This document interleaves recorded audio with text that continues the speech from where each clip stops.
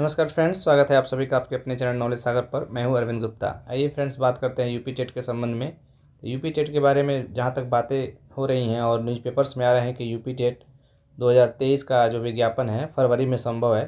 तो ठीक है, मान के चलिए फरवरी में हो या मार्च में हो, लेकिन यदि आप एक जागरूक एस्पिरेंट हैं, अभ्यर्थी हैं, तो आप इस सब का इंतज़ार मत कीजिए और अपनी तैयारी को धार देने में जुट जाएं। इसी क्रम में मैं आज आपको यूपी टेट से संबंधित कुछ चीज़ें बताऊंगा, जैसे आपको कैसे पढ़ना चाहिए और किस तरह से आप पढ़ेंगे तो आप यूपी टेट आसानी से क्लियर कर सकते हैं, चाहे 1 से 5 हो या 6 से 8 हो। 4-5 पॉइंट्स हैं, इसको अगर आप समझ जाते हैं अच्छे से और इसको स्ट्रिक्टली फॉलो करते हैं तो यूपी टेट ही नहीं बल्कि कोई भी एग्ज़ाम को आसानी से क्रैक कर सकते हैं। पहला है फ्रेंड्स पाठ्यक्रम, अर्थात कोई भी एग्ज़ाम अगर आप देने जा रहे हैं, जैसे मान लीजिएगा आप यूपी टेट देने जा रहे हैं, तो आपको ये पता होना चाहिए कि यूपी टेट का जो पाठ्यक्रम है या सिलेबस है वो क्या है, क्योंकि सिलेबस ये हमको बताता है कि क्या प्रश्न में पूछा जा रहा है, अर्थात प्रश्नों के पूछने की प्रकृति कैसी है, विगत वर्षों में कैसे प्रश्न आए हैं और किस किस टॉपिक से कैसे कैसे प्रश्न पूछे जाएंगे। तो ये सबसे इम्पोर्टेंट और ज़रूरी चीज़ है कि आप जिस भी एग्ज़ाम में अपीयर हो रहे हैं उस एग्ज़ाम का सिलेबस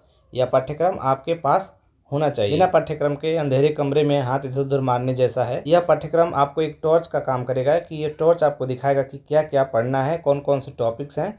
तो इसको आप ध्यान में रखिएगा। जैसे यूपी टेट 1 to 5 में कुल 5 सेक्शन हैं और इन सेक्शन के जो सब टॉपिक हैं वो भी आपको पता होने चाहिए कि क्या क्या है। जैसे हिंदी में है तो समानार्थी है कि विलोम है, क्या क्या पूछा जाएगा, ये आपको ध्यान में होना चाहिए। किसी भी एग्जाम को क्लियर करने के लिए पाठ्यक्रम के बाद जो सबसे महत्वपूर्ण चीज़ होता है वो होता है प्रीवियस ईयर क्वेश्चन पेपर, अर्थात वो एग्ज़ाम है। जैसे मान लीजिए कि हम बात कर रहे हैं अगर यूपी टेट के बारे में, तो यूपी टेट के जो पिछले प्रश्न पत्र पूछे गए हैं 2011 में पूछा गया है, 16 में पूछा गया है, 17 में पूछा गया है, 21 में पूछा गया या 22 में पूछा गया है, जब भी हुए हैं उसमें प्रश्नों की प्रकृति कैसी रही है, किस प्रकार के प्रश्न आते हैं, प्रश्न कौन से पाठ्यक्रम के कौन से टॉपिक से ज़्यादा उठा रहा है, प्रश्नों की कठिनता का लेवल क्या है, ये जानकारी आपको होना चाहिए। और आपको कम से कम 5 या 6 साल आपको जितने भी प्रश्न पत्र मिले उस प्रश्न पत्रों को आपको सटीकता से और सावधानी से सोल्व करना है। आइए हम तीसरी चीज़ देखते हैं। यहाँ है 4R का फार्मूला। पहला है रीडिंग, अर्थात आपको पढ़ना कैसे है, आप कैसे पढ़ते हैं, सुबह पढ़ते हैं, शाम पढ़ते हैं, लिख के पढ़ते हैं, याद करके पढ़ते हैं, यहाँ की पढ़ने का आपका सोर्स कौन सा है वो बहुत ही महत्वपूर्ण स्थान रखता है। आप 3 या 4 घंटे भी पढ़ें, लेकिन यदि आप रेगुलर पढ़ते हैं तो आपके लिए ये बहुत ही बेनिफिट होगा। रीडिंग के बाद जो अगला नंबर है वो है रिवीजन। रिवीजन अगर आप नहीं करते हैं तो सारी रीडिंग आपकी बेकार है। तो जो कुछ भी आप पढ़ रहे हैं उसके लिए आप रिवीजन हेतु समय निकालिए। रिवीजन करने से क्या होगा कि चीज़ें जो होगी वो बिल्कुल कॉन्सेप्ट क्लियर हो जाएगा और कहीं पे आपको कोई दिक्कत नहीं आएगी। तो फ्रेंड्स, पहला आर हो गया रीडिंग, दूसरा होगा रिवीजन और तीसरा है रिकॉल। रिकॉल क्या होता है, जैसे आपने कोई भी टॉपिक एक पढ़ा, जैसे मान लीजिए कि आपने बुद्धि पढ़ी तो उसमें पढ़ा कि बुद्धि लब्धि का सूत्र क्या होता है, बुद्धि का एक कारक सिद्धांत किसने दिया था, बुद्धि का द्विकारक सिद्धांत किसने दिया था, बुद्धि का मॉडल कितने प्रकार का है या बुद्धि लब्धि क्या है। तो उसको क्या करना है आपको, अगर आप पहले रीडिंग कर लेते हैं, रीडिंग के बाद रिवीजन करते हैं और रिवीजन के बाद उसको रिकॉल कीजिए, बुक्स को बंद कीजिए या नोट्स आपने बनाए हैं नोट्स को बंद कीजिए और सोचिए कि हमने क्या पढ़ा है, उस टॉपिक में क्या क्या पॉइंट्स आपने जो पढ़ा है वो माइंड में एक बार रिकॉल कीजिए। अब आइए देखते हैं चौथा आर क्या है। चौथा आर है फ्रेंड्स, जो भी आपके प्रश्न पत्र में जो भी जितने भी खंड है, तो यहाँ यूपी टेट में आप 5 खंड है, सभी खंडों से 30-30 प्रश्न आते हैं, अर्थात कुल 150 प्रश्न आते हैं। तो इन सभी 5 खंडों पे आपको विशेष ध्यान देना है। रेशियो, अर्थात मान लीजिए कि अगर आपकी हिंदी अच्छी है और हिंदी से 30 क्वेश्चन ही आएंगे, आप 24-25 आसानी से कर ले रहे हैं, तो 5 क्वेश्चंस को बढ़ाने के लिए आप हिंदी में बढ़ाएंगे तो मुश्किल होगी। तो बाकी के जो सेक्शन है जो आपका मजबूत है उसको तो आप पढ़िए ही पढ़िए, लेकिन जो थोड़ा वीक है उस पर ज़्यादा समय दीजिए। मान लीजिए कि आपका जो मजबूत है उस पर अगर आप 60% देते हैं और इस पर 40% देते हैं तो दिक्कत होगी। 40 इसको दीजिए और 60 इसको दीजिए, अर्थात 60% कमज़ोर वाले को दीजिए और 40% मजबूत वाले को। तो ये हो गया हमारा 4R, reading, revision, recall and ratio of questions paper. चौथा जो हमारा फार्मूला है किसी भी एग्ज़ाम को क्लियर करने के लिए, उसमें है कि आप निरंतर कितने हैं, पढ़ाई में कितनी निरंतरता है, कितनी कंटिन्यूटी है।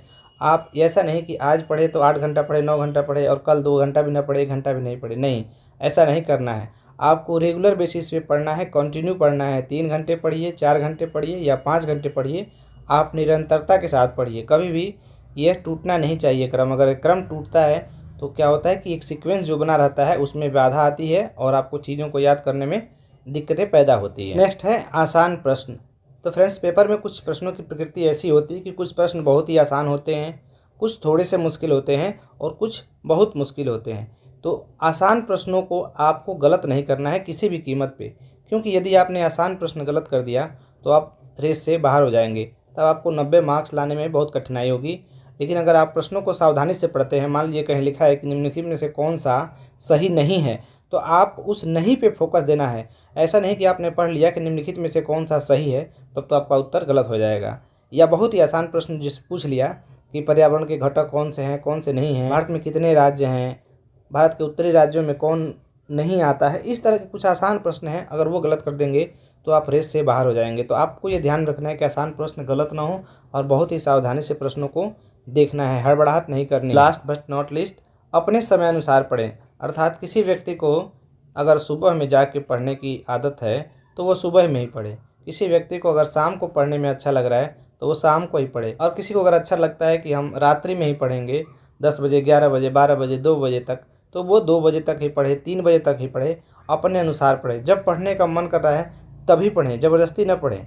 ज़बरदस्ती का पढ़ा हुआ 3 घंटा और अपने मन से फ्री होकर पढ़ा हुआ 1 घंटा, ये एक ही जैसे होते हैं। और आप ये तय कर लें कि एक बैठक में कभी भी 45 से लेके और 60 मिनट ही बैठें, इससे ज़्यादा आप एक बार में कंसंट्रेट नहीं हो पाएंगे, सर पे ज़्यादा लोड पड़ेगा। तो ठीक है फ्रेंड्स, इन 6 बातों का आप ध्यान में रखें, आपके लिए यूपी टेट बहुत ही आसान होगा। यूपी टेट ही नहीं, कोई भी एग्जाम अगर आप देते हैं तो इन बिंदुओं पे अगर आप ध्यान देते हैं तो बहुत ही आसानी से आप एग्जाम को क्रैक कर सकते हैं। आने वाले दिनों में मैं यूपी टेट से संबंधित प्रश्नों को लेकर आऊँगा, तो बने रहिए हमारे साथ नॉलेज सागर पर। Thank you friends, thanks for watching.